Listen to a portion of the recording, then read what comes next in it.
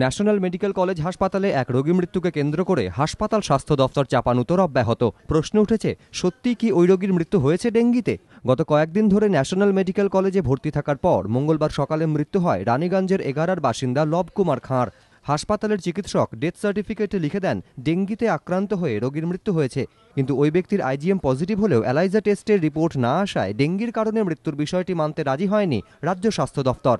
বুধবারও রোগীর এলাইজা টেস্টের রিপোর্ট আসেনি। রিপোর্ট না আসা সত্ত্বেও কিভাবে হাসপাতাল কর্তৃপক্ষ রোগীর ডেঙ্গিতে মৃত্যু হয়েছে লিখে দিল তা নিয়ে প্রশ্ন তুলেছে রাজ্য স্বাস্থ্য দফতর। কারণ দর্শানোর নির্দেশ দেওয়া হয়েছে হাসপাতালকে। পাশাপাশি চিকিৎসার নথিপত্র তলব করেছে স্বাস্থ্য দফতর। চিকিৎসক তার ওপিনিয়ন লিখেছেন, কিন্তু প্রোগ্রাম কম্পোনেন্টে ভারত সরকারের যে নির্দিষ্ট নিয়ম আছে সেই নিয়মটাতে কিন্তু পরিষ্কার বলা আছে ক্রোমাটোগ্রাফিক টেস্টে রিপোর্টে ডেঙ্গি কনফার্ম করা যাবে না। ডেঙ্গি কনফার্ম করতে হলে এলাইজা টেস্টে করতে হবে। হাসপাতাল কর্তৃপক্ষের কাছ থেকে টিকিট চেয়ে পাঠিয়েছি।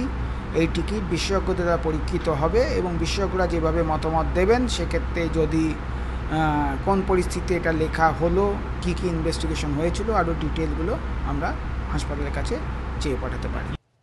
ন্যাশনাল মেডিকেল কলেজ হাসপাতালের সুপার পার্থপ্রতিম প্রধান জানিয়েছেন, স্বাস্থ্য দফতরের মৌখিক নির্দেশ তিনি পেয়েছেন, শীঘ্রই সমস্ত রিপোর্ট পাঠানো হবে।